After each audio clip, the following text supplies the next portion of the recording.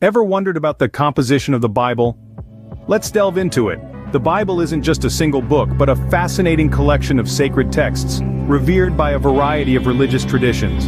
It's like a library housing centuries of spiritual wisdom, history, poetry, and prophecy. Now let's dissect this divine library. It's divided into two main sections, the Old Testament and the New Testament. The Old Testament, also known as the Hebrew Bible, is like the foundation stone, holding texts that predate the birth of Jesus Christ. It's an anthology of diverse writings, from historical narratives and poetic verses to profound prophecies and laws. These texts echo the voices of prophets, kings, and ordinary people, telling us about their lives, their struggles, and their faith. Then we have the New Testament, a section that zeroes in on the life, teachings, death, and resurrection of Jesus Christ. It's like a spotlight illuminating the early Christian community, their beliefs and experiences. It contains the Gospels, which are accounts of Jesus' life and teachings, the Acts of the Apostles, a narrative of the early church's growth, and the epistles, letters providing guidance to early Christian communities. It culminates with the Book of Revelation, a prophetic text filled with symbolic imagery. Each part of the Bible serves a unique purpose. The Old Testament sets the stage, introducing us to the world before Jesus, while the New Testament presents the transformative impact of Jesus' life and teachings. Together, they create a rich tapestry of spiritual insight, moral guidance, and theological thought that continues to shape our world today. The Bible's composition reflects a diverse array of voices, experiences, and perspectives, making it a complex and intriguing text. It's like a spiritual mirror, reflecting not just divine wisdom, but also the human quest for meaning, purpose, and connection with the divine. Now that we have a basic understanding of the Bible's composition, let's move on to the challenges in assessing its historical accuracy. Assessing the historical accuracy of the Bible is no simple task. We're dealing with a text that's been handed down through thousands of years, across a multitude of cultures, languages, and societal changes. Let's unravel some of the challenges that make this task a complex one. Picture this, a story being told from generation to generation, each time with the possibility of a little twist, an embellishment here, a forgotten detail there. This is the nature of oral tradition, the primary method by which biblical stories were initially passed down. Over time, these stories were written down, but the potential for variation remained. Another layer of complexity comes from the fact that the Bible wasn't written by a single author in a single moment in time. Instead, it's a compilation of works by numerous authors, each writing from their unique perspectives and within their specific contexts. This diversity of authorship adds richness to the text, but also introduces a myriad of viewpoints, making it challenging to ascertain a single unified historical narrative. Then there's the issue of translation and interpretation. The Bible, originally composed in Hebrew, Aramaic, and Greek, has been translated into thousands of languages. Each translation is an interpretation, influenced by the translator's understanding, cultural context, and even personal biases. Furthermore, even within a single language, there can be multiple translations, each with subtle differences that can significantly impact our comprehension of the text. And finally, there's the matter of interpretation. How do we read the Bible? Is it a literal historical account, or is it a collection of symbolic narratives meant to convey spiritual truths? The answer to this question can drastically change our perspective on the text's historical accuracy. These challenges make it difficult to assess the Bible's historical accuracy. But before we dive into the debate, let's understand some key terms. To better comprehend the discussion, we need to familiarize ourselves with some key terms. Let's start with covenant. This term signifies a solemn agreement between God and humanity. These covenants are milestones in the narrative of the Bible, often marking significant shifts in the relationship between the divine and the mortal. For instance, after the Great Flood, God made a covenant with Noah, symbolized by the rainbow. God promised never to destroy the earth by flood again. There's also the covenant with Abraham, which involved the practice of circumcision as a sign of commitment to God. Next, we have prophecy. Prophecies are messages from God delivered through prophets.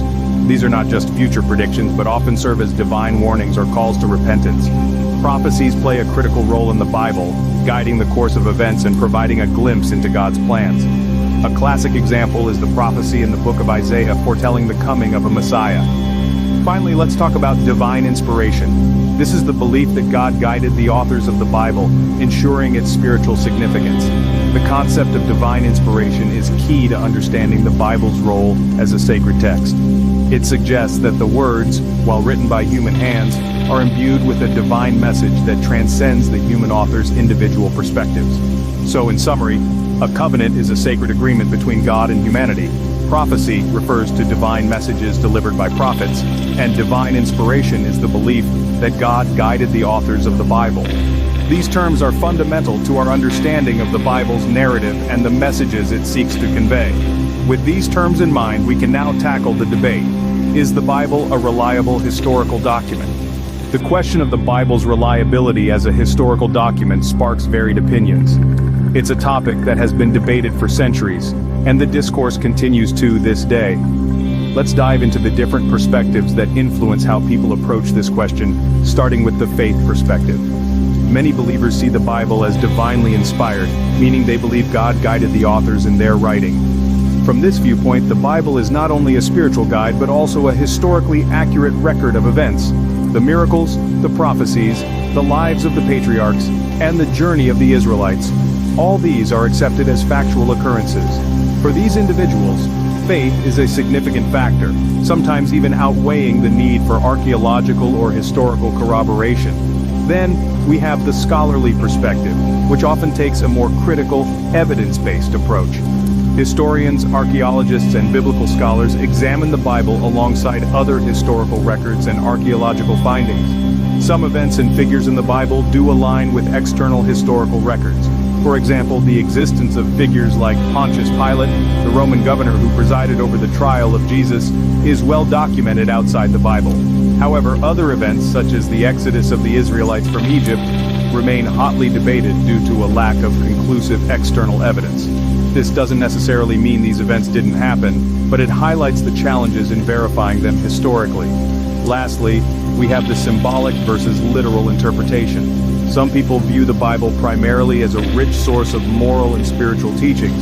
They perceive the stories, even those that may seem historically or scientifically improbable, as metaphors or allegories meant to convey deeper truths about human nature, morality, and our relationship with the divine.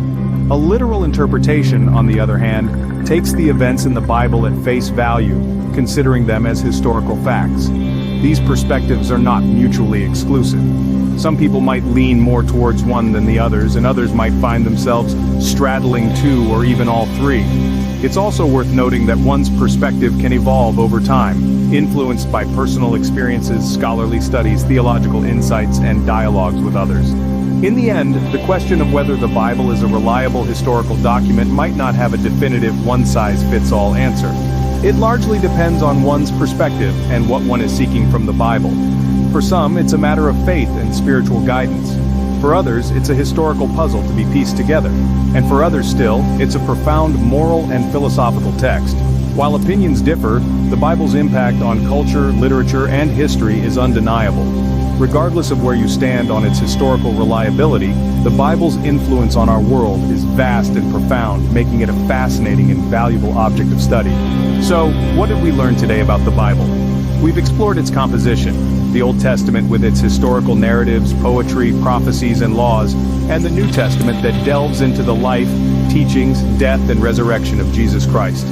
We've also acknowledged the challenges in assessing its historical accuracy, considering the oral tradition, multiple authors, and the nuances of translation and interpretation. We've introduced key terms, covenant, prophecy, and divine inspiration, that are central to understanding the Bible's message.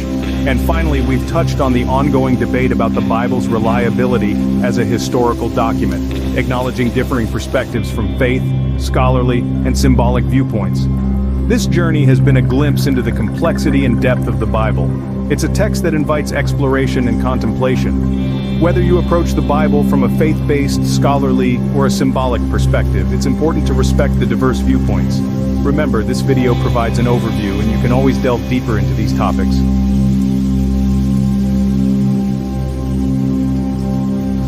Like, comment, share, subscribe, and hit the notification bell.